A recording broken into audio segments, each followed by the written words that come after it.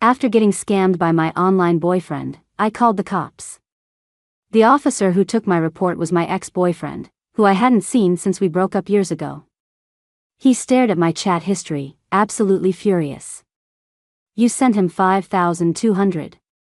Stella, you slept with me for 3 days and all I got was a $10 bowl of ramen. I pointed to the photo on my phone to make him face reality. He's younger than you. This photo is obviously FA. He stared at the phone, then suddenly froze, his face growing darker and darker. Oh, he's young, all right. This is my damn nephew who hasn't even graduated from high school. If I've committed a crime, let the law punish me. Don't make me report being scammed by an online lover. Only to have the case handled by the ex-boyfriend I broke up with years ago. Name? Miles's gaze lingered on me for a second before snapping back to his usual cold, professional demeanor. Stella Sullivan. I shot him a guilty look. Damn, how did he get even hotter after all these years? I'd fallen for him at first sight back when he was in his army uniform. And now, seeing his slim waist and long legs wrapped in that police uniform. Ugh, Stella, stop it. Haven't you been fooled by good looks enough for one lifetime? Get a grip. Reason for the report? He didn't look up, his fingers tapping away at the keyboard. I forced myself to answer. My online boyfriend suddenly ghosted me. And you sent him money, right? He let out a dry chuckle, dripping with sarcasm. Yes. My voice was barely a whisper. He finally glanced up at me. It's been 5 years, Stella. Your taste in men and your IQ have really taken a nosedive. You just keep hitting new lows. What's that supposed to mean? It means, he said, his face expressionless and his tone icy, this is a classic pig butchering scam, right from the playbook. You went to college for nothing. Not a single bit of knowledge stuck, just a head full of lovesick fantasies, huh? He's not like that. I shot back, unconvinced. We had a great connection. How great? He scoffed. Good morning and good night texts. Baby, what are you doing? I miss you so much. A sudden emergency that required money? I froze. How did you know? Ha. He let out a sharp, derisive breath. He's got his script down pat. Probably their top performer. That's enough, Miles. I slammed my hand on the table. I'm the victim here. Can you please show a little professionalism? He leaned forward slightly, his eyes locking onto mine. My professional duty is to remind you, have you downloaded an anti-scam app on your phone? As he spoke, he pulled out a small stand with a QR code and placed it in front of me. And while you're at it, follow our department's official anti-scam account. Spend more time learning and less time getting duped. I was speechless. This jerk. He was using me to hit his quota. Looking like he was enjoying the show, he said, so, tell me. How did you two meet? My online boyfriend and I met playing a video game. He was an incredible player, always carrying the team, and he'd randomly gift me new skins. He was always calling me sweetie this and sweetie that, and it made my heart flutter. The only weird thing was that he'd often say he had to go to class in the middle of our chats. I was naive enough to wonder, wow, is college really that demanding these days? From the side, Miles cut in coldly, he was probably taking classes in some overseas scam center. I said nothing. Later, when he confessed his feelings for me, I initially turned him down. Dating a younger guy just didn't seem reliable. That is, until I saw a picture he posted on his social feed that completely won me over. He had a face that was the perfect mix of sweet and edgy, with a tall, lean body. All because of one picture? Miles interrupted, his jaw tight. Stella, when did you get so shallow? None of your business. I glared at him. I've always been this shallow. Are you just realizing that now? Miles and I had our own hero saves the damsel moment. I was traveling out of state when my wallet got stolen during a sandstorm. He was a soldier on a temporary assignment who found me. Back then, he was in his military dress uniform, standing tall and straight, with a ruggedly handsome face that broke into a smile revealing two adorable little canine teeth. I was instantly smitten. The truth is, I never told him this, but when I saw my online boyfriend's picture, I subconsciously thought of Miles. The face was uncannily similar. And better yet, this was a younger, more attentive version of Miles who provided endless emotional support. He was the ultimate upgrade. We chatted almost every day. He was sweet, clingy, well-behaved, and thoughtful.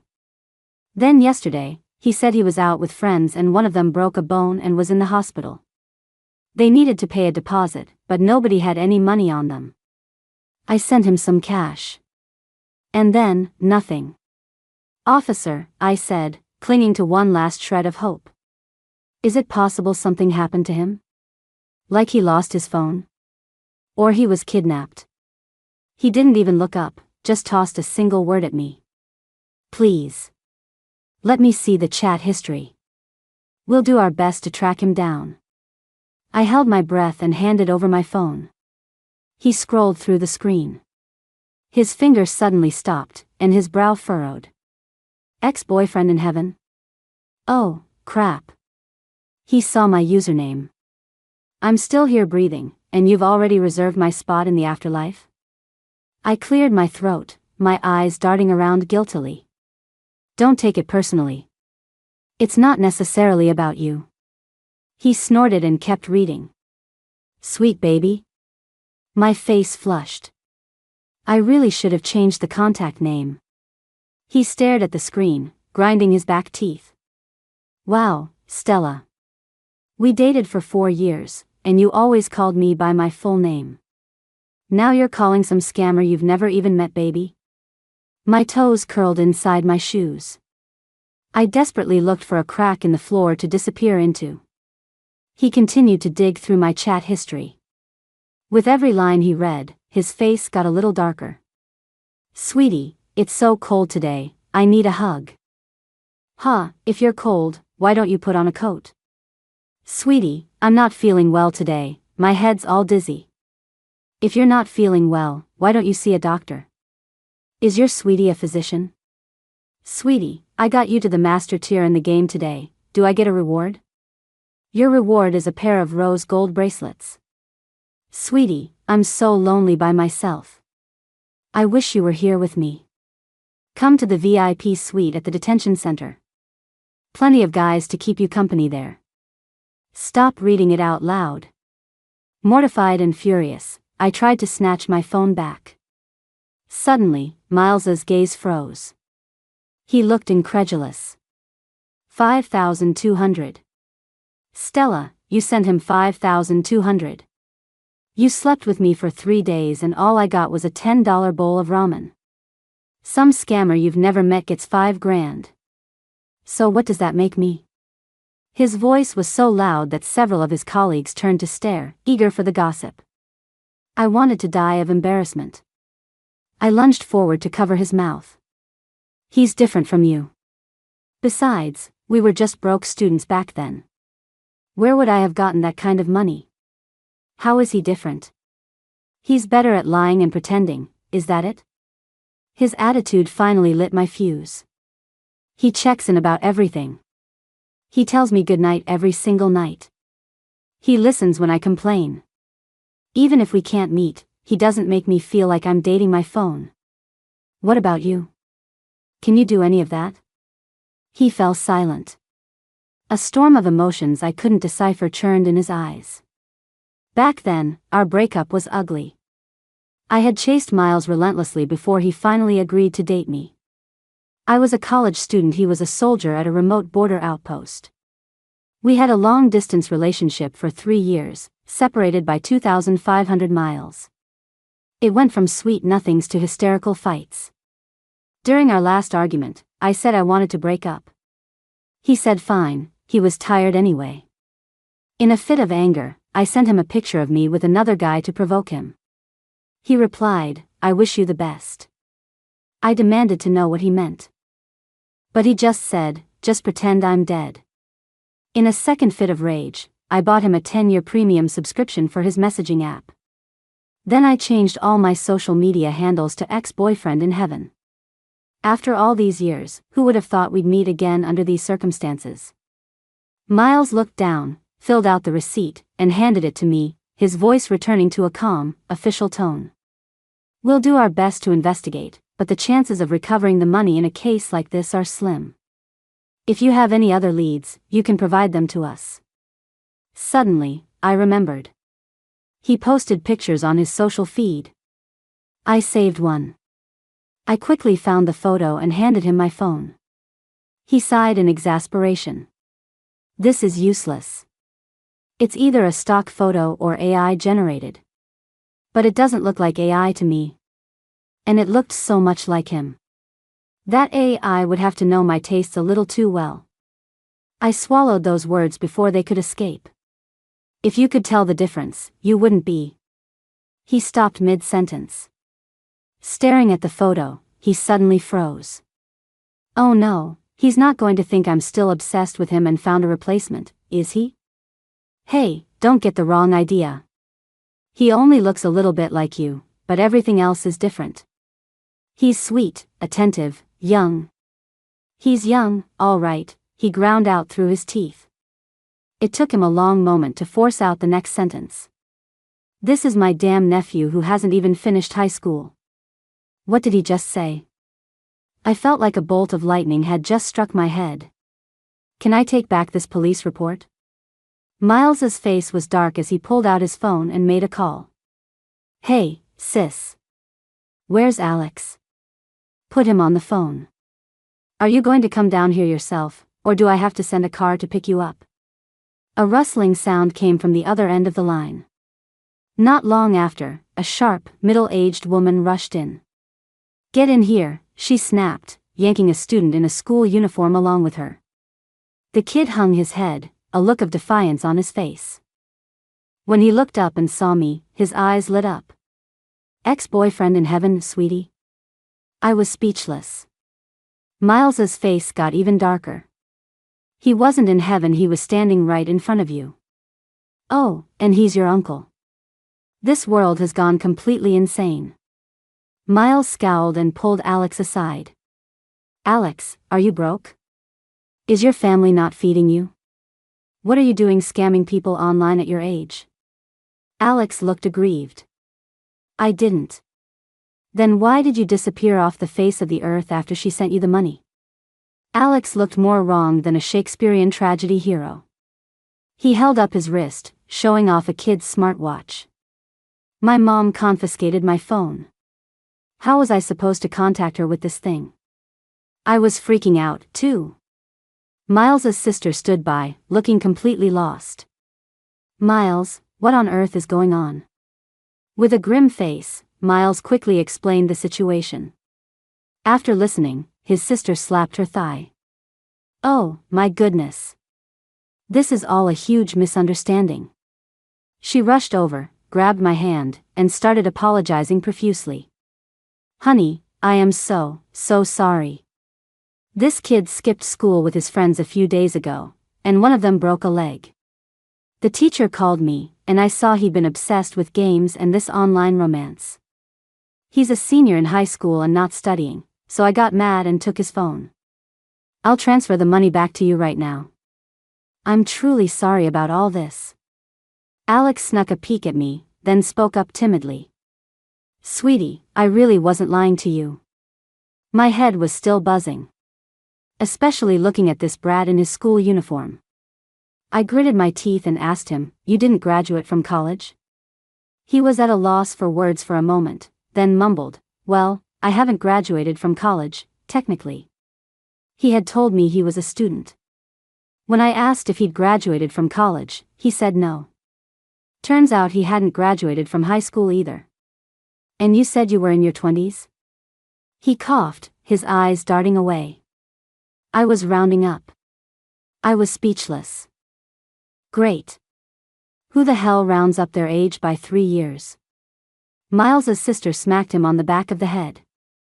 Apologize to her right now. Already learning how to trick girls at your age, are we? Alex hung his head and pouted. I'm sorry, sweetie. Miles's sister stared at me, then suddenly let out a small "oh." Hey, honey, have we met before? You look so familiar. My heart skipped a beat. I quickly looked down. You must be mistaken. You just look so familiar, I can't quite place it. Seeing my discomfort, Miles stepped in. I'll walk you guys out. I'm getting off work anyway. His sister immediately jumped on the offer. Great, great. We have to treat this young lady to a meal to make it up to her. No, really, you don't have to. I waved my hands frantically. Wasn't this situation messy enough? In the end, his sister hooked her arm through mine. I was half pushed, half pulled to a restaurant near the police station. She ordered a few of the house specialties. After the server brought the utensils, Miles picked up the thermos of hot water on the table and skillfully started rinsing my bowl and chopsticks. The two of them across the table froze. Back in the day, his time as a soldier had made him tough and unfussy. He wasn't a picky eater and didn't care for formalities. I, on the other hand, was a bit of a germaphobe and always had to scald my utensils with hot water before using them at restaurants. Eventually, it became a habit for him to do it for me before every meal. Even though we had broken up, the muscle memory remained. He seemed to realize what he was doing and his hand paused in midair. I quickly took the bowl from him, thanking him. Thanks, officer. His sister's eyes darted between us, a knowing smile on her face. Stella, dear, how old are you, if you don't mind me asking? 25. She clapped her hands. Oh, my. My bratty son really needs a good spanking. I feel so bad for all the trouble he's caused you. How about this? This is my younger brother. He's 29, just recently transferred out of the military, and he's a detective on the force. Handsome, isn't he? The more I look at you two, the more perfect you seem for each other. Beside her, Alex couldn't hold back. Mom, Uncle Miles is so old. How can he be good enough for her? Besides, her ex-boyfriend died, and she's never gotten over it. All her social media usernames are ex-boyfriend and heave. Alex. Miles's face was cold as he tapped the table. Why can't your mouth be as quiet as your test scores are low? His own mother shot him a glare. What do you know? Girls like mature men.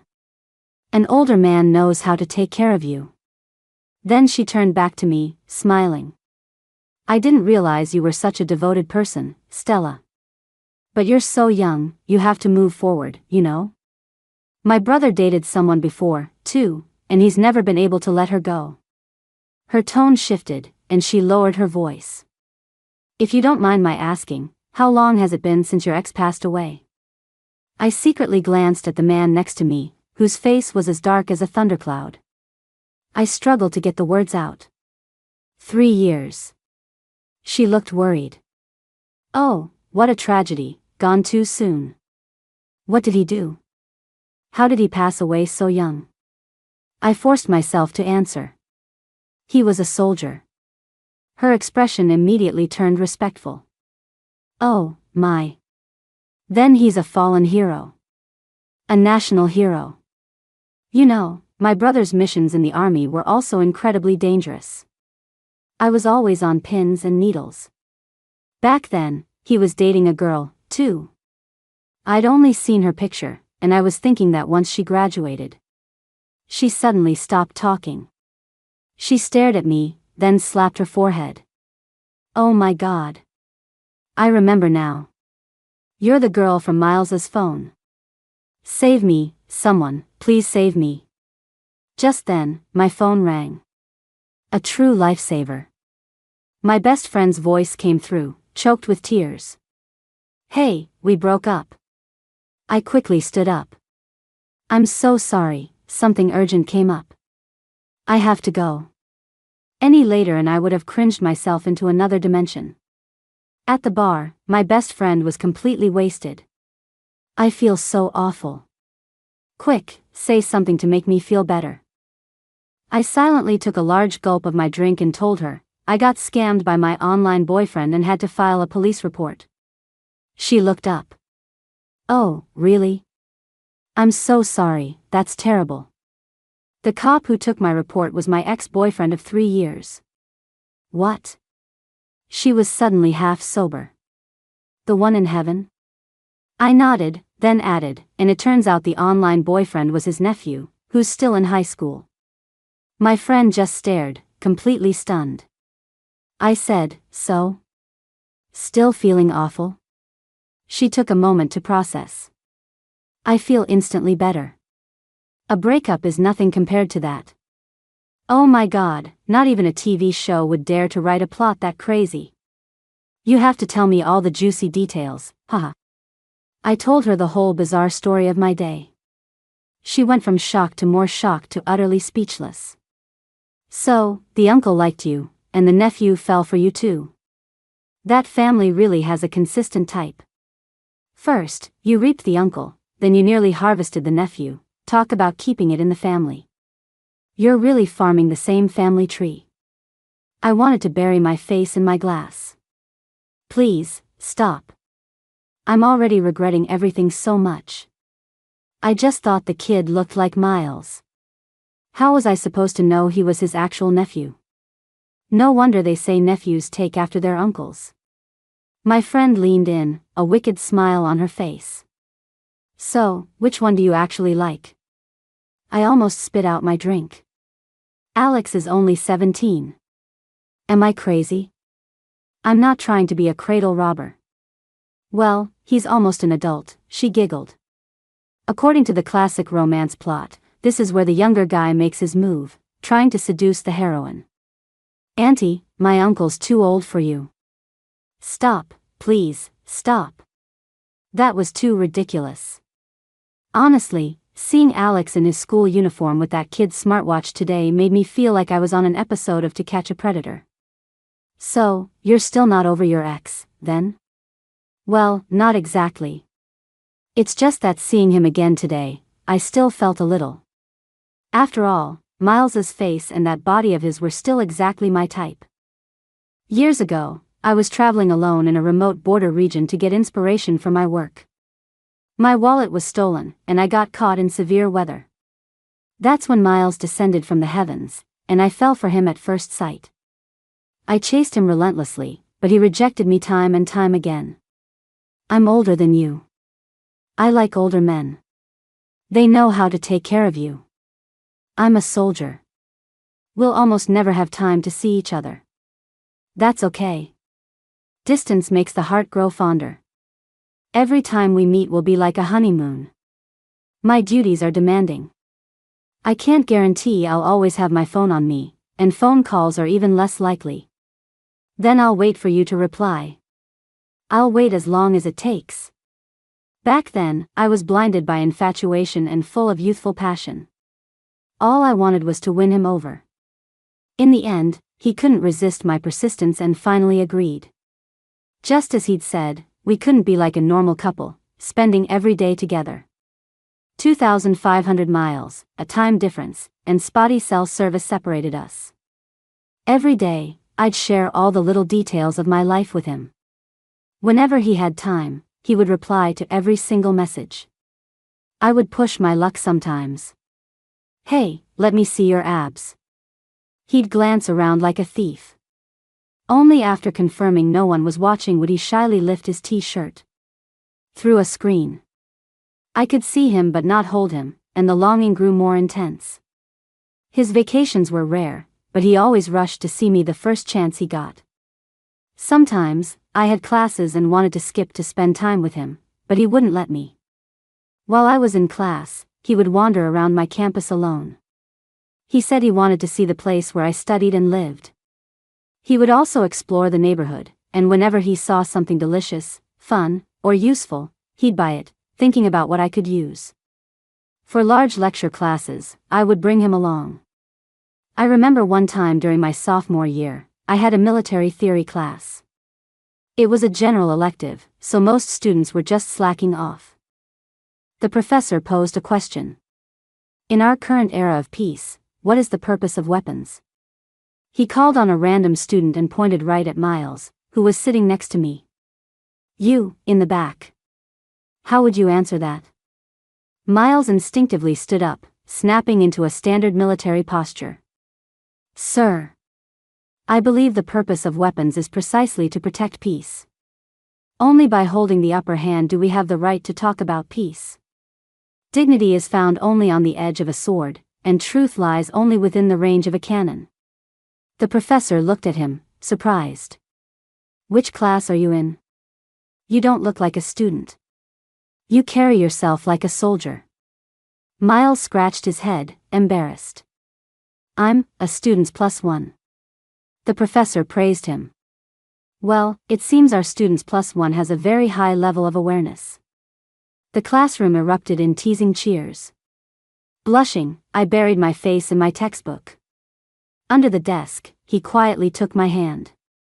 After class, I took him for a walk around campus. Looking back, we don't have many dating memories. His time was so limited that whenever we saw each other, all we wanted to do was kiss and hold each other. We hadn't seen each other in too long and were desperate for the warmth of the other's body. His physical stamina was terrifyingly impressive. The most extreme time, we holed up in a hotel for 3 days without leaving. When it was time for him to go, we were so reluctant to part. We were running late, so we just grabbed a quick bowl of ramen at a stall by the school gate before saying goodbye. My best friend's eyes lit up as she listened. No wonder you haven't dated anyone all these years. You've been spoiled by the best. But it sounds like you two had a great relationship. Why did you break up in the end? Don't tell me he cheated. I shook my head. It wasn't anything like that. I guess we were just tired. Distance can create beauty and an intense sense of longing. But it can also create rifts, resentment, and blame. 2,500 miles, with only a phone to bridge the gap. When other couples were holding hands on dates, I couldn't even get a timely reply from him. Even in other long-distance relationships, people could text back instantly and see each other often. But he was different. I would send him a long paragraph, and it would be hours before I got a response. By the time he replied, I might be busy, and by the time I was free again, he'd be gone. When I was sick, he couldn't be by my side. Even a comforting word would arrive late. I remember our last meeting before the breakup with perfect clarity. We had been fighting, and I hadn't spoken to him for days. Then one day after class, I saw that familiar figure standing under the academic building. Miles, what are you doing here? He looked travel-worn, with bloodshot eyes, but he pulled me into a tight hug. In that moment, all the hurt and complaints melted away. Our time together was too precious to waste on fighting. That day, after dinner, we went to see a movie, and he fell asleep on my shoulder. I gently woke him. Miles, let's get a room. You should go to the hotel and get some proper sleep. But he explained with difficulty, Stella, I have to go back tonight. Tears instantly welled up in my eyes. But you've only been here for a few hours. He helplessly tried to comfort me. Don't cry, I was supposed to have a whole day with you, but my flight was cancelled at the last minute, so I had to take the train. 2,500 miles. How long must he have been on a train? No wonder he was so exhausted. After every parting, I had to go through a long period of withdrawal. All those promises I had made back then, I can wait, it's okay, were shattered by reality. Only then did I understand that when you love someone, you want them by your side all the time. But the more you're deprived of that complete companionship, the more you feel wronged. He was busy, and I was gradually being worn down by life. During my senior year, I was an intern reporter and faced a lot of setbacks. People are always most in need of support when they're vulnerable, but he was often absent. There was a period when I couldn't reach him at all, and I felt anxious and helpless. We would fight, but he was a man of few words and didn't know how to comfort me. That last time, I walked in the pouring rain for a long time, desperately wishing he would suddenly appear and pull me into his arms like he used to. But he didn't even send a single text. I said spitefully, Miles, someone else gave me their umbrella. Let's break up. After a long pause, he replied with a single word. Okay. I was so angry I cursed at him, crying out of frustration. I didn't really want to break up with you. Would it kill you to just comfort me for once? He said, Stella, you're tired, and I'm tired. Let's just stop dragging this out. It's pointless. I frantically called him, sent him angry texts. I even childishly sent him a picture of myself with another guy to provoke him. He just said, don't contact me again. Just pretend I'm dead. I guess he, too, was exhausted by a relationship with no future in sight. The beginning of the story is always beautiful. You can rush into it with a heart full of passion. But in the end, time wears everything down. Just as he said, in the end, he was tired, and I was tired, too. My friend sighed. Well, he's a cop now. Wouldn't you reconsider? I shook my head and drained the last of my drink. Forget it. Back then was the age for dating. Now is the age for marriage. Besides, it's been so long. Neither of us is indispensable to the other. I spent half the night drinking with my best friend. I was supposed to be comforting her through her breakup. But after she heard my story, she ended up comforting me for the rest of the night. Girl, your life story would be a hit if you turned it into a web series. The next morning, I woke up with a hangover to find my phone had blown up. It was all messages from that kid, Alex. Sweetie, you're not going to ignore me now, are you? Please talk to me. My mom only lets me use my phone for an hour a day. I really wasn't trying to trick you. I was just afraid you'd think I was too young. My mom said you're my uncle's ex-girlfriend. Can I still call you sweetie? Or should I call you my ex-aunt-in-law? Are you getting back together with my uncle? I think you should find someone younger.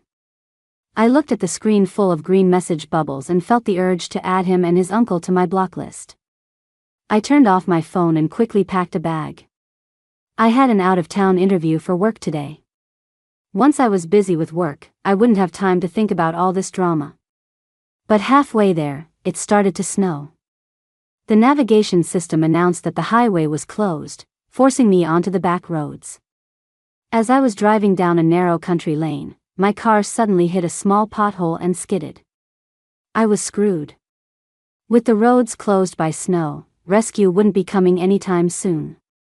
It was below freezing, and my gas tank was almost empty. I had to turn off the heat and was shivering from the cold. I posted my location to my social media story, hoping against hope that a kind soul might be passing by. An hour passed, then two. It got dark, and the snow fell even harder. My hands and feet were numb, and I was starting to feel dizzy. Just as I was losing all hope, a pair of headlights cut through the snowstorm. An SUV screeched to a halt next to my car. The door opened, and a familiar figure emerged, wrapped in wind and snow. Miles? For a moment, it was as if I was back in that twilight 6 years ago when we first met. I was stranded alone in a sandstorm on a deserted border, and he descended from the heavens through the swirling yellow dust. I opened my car door, trembling. Miles. Without a word, he swept me up into his arms and carried me to the back seat of his car. He took off his down jacket and wrapped it tightly around me, then twisted open a thermos. Drink some hot water first. I obediently took it. Thank you. The cup had traces of his use. Normally, my germophobia would have kicked in. But right now, I was too cold to care. I even had a self-deprecating thought. Whatever, we'd kissed so many times before. He didn't say anything. He pulled out a few hand warmers and tore them open. He knelt down, his voice low. Lift your foot. I instinctively did as he said. He took off my cold, damp shoes and carefully stuck the warmers to the soles of my feet. He didn't say a word the whole time, but his actions were incredibly natural. A strange ripple went through my heart. How did you know I was here? He tied my shoelaces. Alex saw your post and was freaking out, insisting he had to come rescue you. So, I came. Oh. He set the navigation. We'll go to the nearest town first. We'll get your car towed tomorrow. I was frozen stiff and could only nod. The car's heater was blasting. Wrapped in his jacket and sipping the hot water, I slowly started to thaw. We didn't speak a word on the way. The radio played old songs as the snow fell heavily outside. He would occasionally glance at the rearview mirror, his eyes landing on my face. I stole a peek at him. He seemed a bit fairer than when he was a soldier. Back then, his face was dark and chapped from the wind and sand, and his hands were covered in calluses. The ride was silent until we reached a small motel in town. The woman at the front desk yawned. Only one room left, with a king-sized bed. You want it or not? We glanced at each other, then silently handed over our IDs. The room was simple but clean enough. Go take a hot shower, he said, setting down my bag. Okay. When I came out, the bed had been changed to the 4-piece set I always bring with me. I got it from the side pocket of your bag. I just hummed in response. He used to always remember that. I looked at the single bed. Where are you going to sleep? He pulled a quilt from the closet. On the floor. The floor's cold. It's fine. I've slept outside before. I lay down, my head spinning, but I couldn't sleep. The old-fashioned radiator in here meant the floor was probably freezing. After wrestling with myself for a while, I lifted a corner of the blanket. Miles, come sleep on the bed. He chuckled softly. Worried about me? I'm worried you'll freeze to death and there'll be no one to help me get my car towed. I glared at him. Stop pretending to be a gentleman. It's not like we hadn't slept together before. He let out a low laugh and lay down beside me. A familiar scent enveloped me, and my body felt an inexplicable sense of security. I quickly fell asleep. In the middle of the night, I was sleeping fitfully when I felt a cool hand on my forehead. Stella, wake up. I groggily opened my eyes, my head splitting. Miles had somehow gotten a thermometer and fever medicine. You have a fever. Be good, take this. I was weak all over, letting him half carry me as he fed me the medicine. Miles, I'm cold. He wrapped the blankets tightly around me and put his arm around me. I was delirious with fever. Miles, you're a jerk. Yeah, I'm a jerk, he replied placatingly. Why didn't you ever comfort me? If I comfort you now, is it too late? I drowsily snuggled into his embrace, my hand slipping under his shirt. You don't train anymore. Are the abs still there? Let me check. His body tensed, and his voice grew tight. Don't mess around. We'll talk after your fever breaks. Just for a second. Stella, are you sure that's my abs you're touching? Uh-huh. And they're still very hard. The next morning, I woke up in his arms. The moment I came to, I met his unreadable gaze. I shot back. You had a fever last night. Ahem, thanks. I'll transfer you the money for the medicine. He stared at me, then suddenly smiled. Stella, you always cough when you're feeling guilty. I was mortified. Who's guilty? I just think, this isn't appropriate. What's not appropriate? He suddenly leaned in close, his arms bracketing me. Is it inappropriate to snuggle into someone's arms in the middle of the night, or is it inappropriate to grope them all over? You. My face turned beet red. I had a fever. He raised an eyebrow. You definitely had a fever. I was speechless. I huffily got out of bed and dressed. He followed behind me, slowly getting himself ready, and casually flipped the hood of my sweatshirt out for me. Just as I was about to open the door, he grabbed my wrist from behind. His palm was scorching against my skin. My heart skipped a beat, and I forced myself to stay calm. Stella. His voice was hoarse. About back then, I'm sorry. My body tensed. I couldn't describe the mix of sourness, hurt, and a touch of melancholy that filled my heart. I tried to pull my hand back, but he held on. If sorry was enough, we wouldn't need the poly. The words caught in my throat. Damn it, he is the police. I held my head high and muttered, "Who needs your apology?" He was silent for a moment. He gently turned me to face him. Then, "Do you still want me?" His eyes were swirling with emotion. My heart felt like it had been struck, leaving it aching and numb. 3 years. It was an indescribable feeling. I fought back the sting in my nose. I lifted my foot and stomped on his, as if to vent my frustration. No way. I like younger guys now. The moment I lifted my foot, he pulled me into his arms. He bent down and pressed his lips to mine. I was completely caught off guard. He kissed me until my brain was starved of oxygen. "Miles, I have an interview later, don't mess with my head." If I showed up on camera with swollen lips, I'd die of embarrassment. He didn't let go, his arms holding me tight. I bit his lip in frustration. "You damn pervert. Don't think I won't call the cops on you." He licked the drop of blood from his lip and opened his arms. "Go ahead. Cuff me."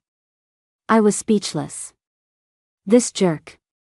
When did he learn to be so shameless?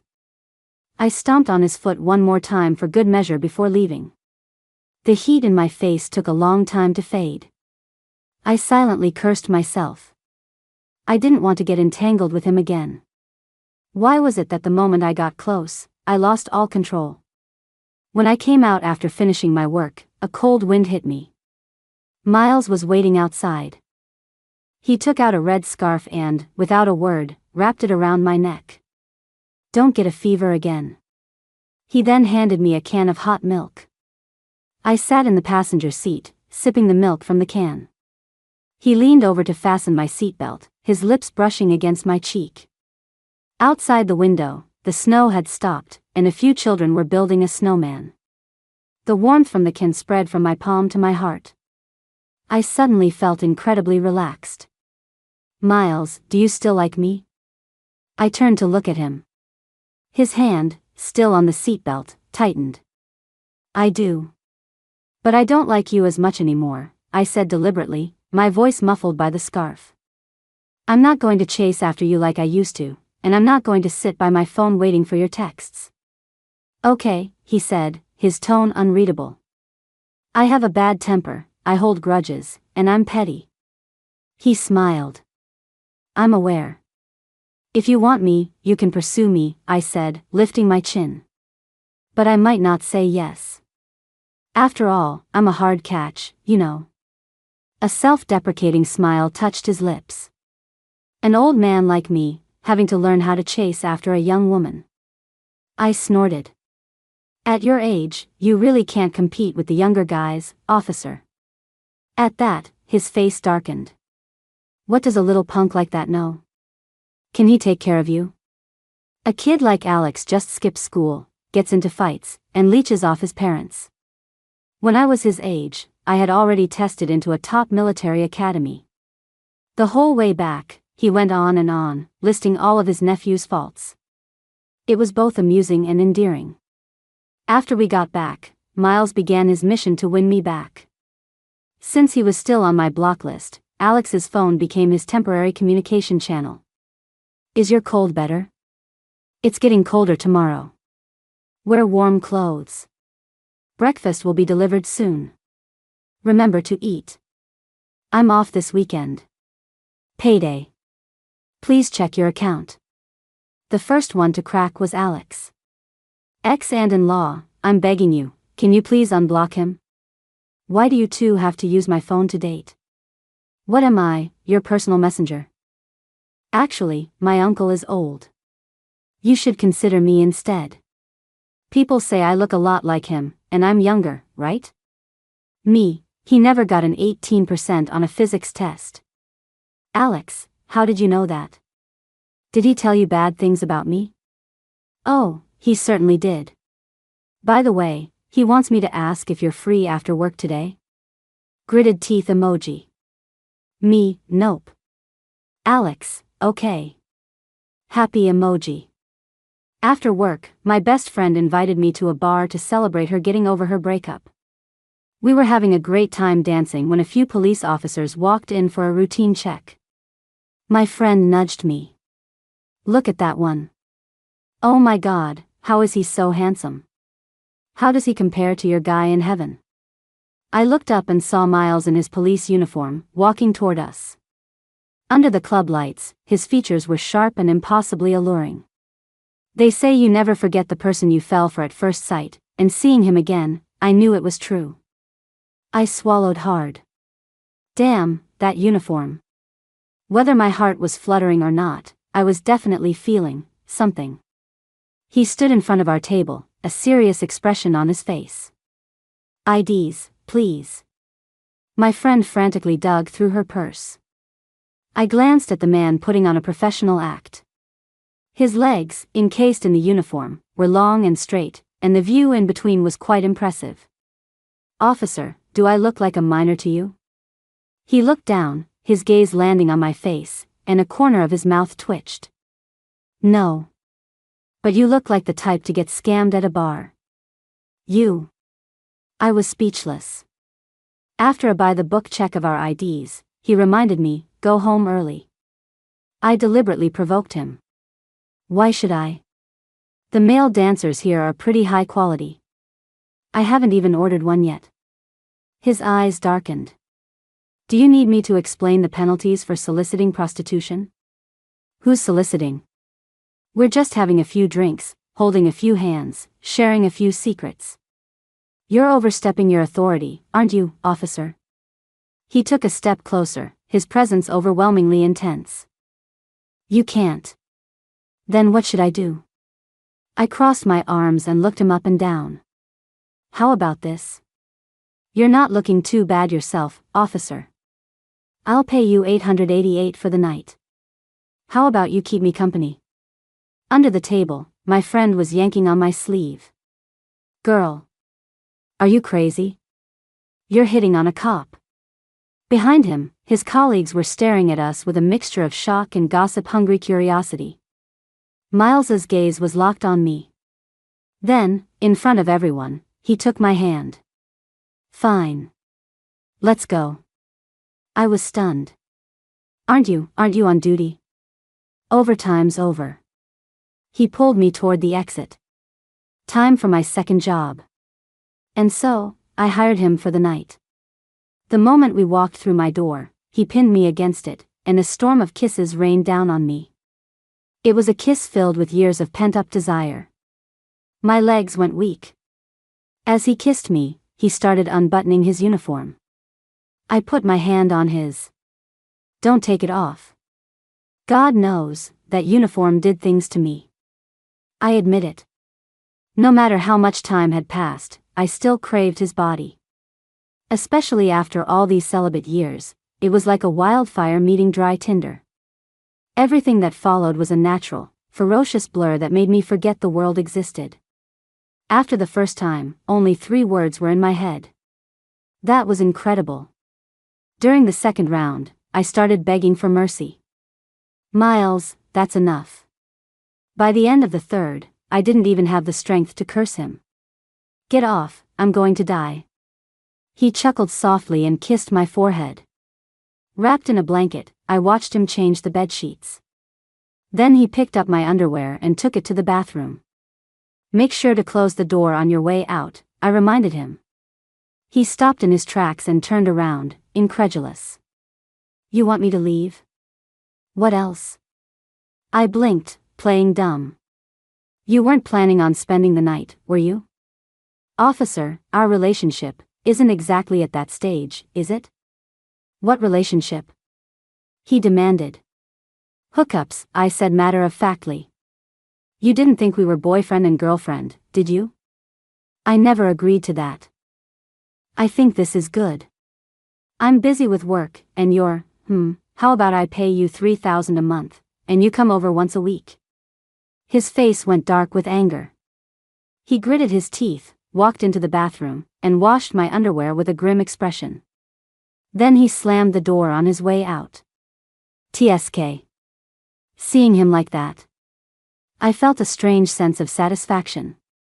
The next day, I went to work in high spirits. My boss called me into his office and pointed to a news story. "Stella, look at this. An official anti-scam live stream went viral because of one of the cops." I leaned in for a closer look. The man on the screen, looking righteous as he explained scam tactics, was none other than Miles. In the camera's frame, he wore his police uniform, stood tall and straight, and had a cool, handsome face. But because he was so good-looking, the live comments had gone completely off the rails. OMG, this guy's visuals could crush any pop star. Officer Miles, it's so hot. Don't you think wearing so much is bad for anti-scam awareness? It's not that I don't want to follow the account, it's that you're wearing too many clothes. The viewers even started clamoring for him to perform a talent. In response, he grabbed a colleague and demonstrated a self-defense maneuver. The movements were clean and impressive, and the comments section went even crazier. This guy, Miles, used to be a decorated soldier from a border defense command. He just transferred to the city's criminal investigation department and already led his team to bust a major fraud ring. Every media outlet is fighting to interview him, and we have to be the first. We have to get this story. My boss looked at me earnestly. And the interview has to be in depth. We need to really get to know him as a person. I know this Miles guy seems a little hard to approach, but I'm confident you can win him over with your professionalism and passion. But I had just kicked him out last night without giving him a title. Oh, and I forgot to pay him. I really shouldn't have been so proud. This was going to be tricky. For the sake of the story, I gritted my teeth. First, I unblocked a certain someone. Then, I sent him a very respectful message. "Officer Miles, my boss has assigned me to do an in-depth interview with you about anti-scam awareness and your personal story. When would be a good time for you?" He replied at a leisurely pace. "Hookups only meet once a week. And if I recall, it's only been a few hours. Just tell me when you're free. If you dare to give an interview to anyone else, you're dead. Officer Miles, please say yes." My boss specifically instructed me to conduct an in-depth interview. He sent me a location pin for an apartment complex. "Come over after work." I swallowed my pride and dutifully showed up at his door. When I arrived, he had just showered and was wearing a loose t-shirt and lounge pants. He had shed his usual sharp demeanor for a more relaxed, at-home vibe. I took out my recorder and notebook, trying to look professional. "Officer Miles, shall we begin?" He reached out a long arm and wrapped it around my waist. I lost my balance and ended up sitting on his lap. "Sure. I'll be sure to cooperate fully with your in-depth interview, Miss Sullivan." His eyes burned into mine, and his hand began to wander. My cheeks flushed, but I tried to maintain my composure. "First question, and the one our readers are most interested in. Are you currently single, officer?" He let out a low laugh, his fingertips sending shivers down my spine. "I don't have a girlfriend, no. Just a hookup. And she only seems to be interested in my body." I trembled slightly. "Officer, maybe we should talk about something more macro." "Macro?" He raised an eyebrow and pulled me tighter against him. "Sure. I'd like to know, in a friends with benefits situation, if one party tries to use a financial transaction to cover up their real feelings, does that count as another form of fraud?" "Miles." I pushed against him, embarrassed and annoyed. "I'm working." "So am I. I'm cooperating with your in-depth interview." He gently stroked my stomach. "Are you satisfied with the depth of this interview so far, Miss Sullivan?" "Miles, you." "Focus, Miss Sullivan. What's the next question?" "It's, officer, why did you choose a career in law enforcement?" "To serve the people, of course." Then, he asked in a hoarse whisper, "Baby, are you satisfied with my service?" After a very in-depth interview, I was completely drained. I slept in his bed for a while. When I woke up, he was in the kitchen, cooking. I wrapped myself in his shirt and wandered around his apartment. It had a minimalist, masculine style with no unnecessary decorations. His study, however, was filled with books. On his desk, a photo frame caught my eye. It was a picture of us from a long time ago. It was from one of the rare times we had traveled together. I was nestled in his arms, my eyes crinkling with laughter. He was looking at me, smiling. Behind us was a sky full of sunset colors. I never saw a sunset that beautiful again. For years afterward, I would often think of it. I didn't know if I missed the sunset, or the person who watched it with me. On his desk was a yellowed notebook. The corners were worn, and it looked like it had been used for a long time. I opened it and found it filled with his handwriting. Period on the 20th. Remind her, she always forgets.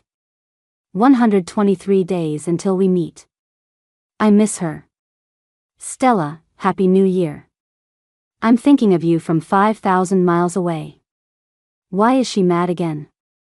Heh, if I suddenly show up in front of you, will you cry from excitement? Baby, I wish I could see you every day. You are a free bird.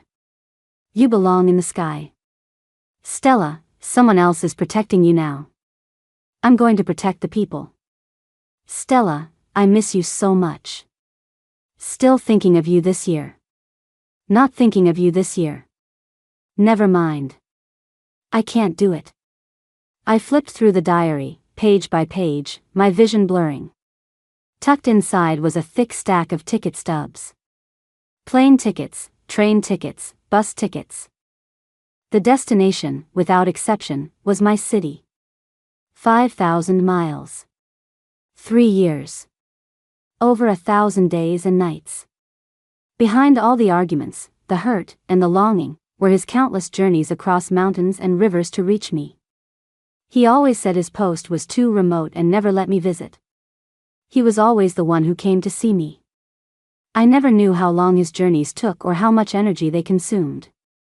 When plane tickets were expensive during the holidays, he would sit on a slow train for dozens of hours.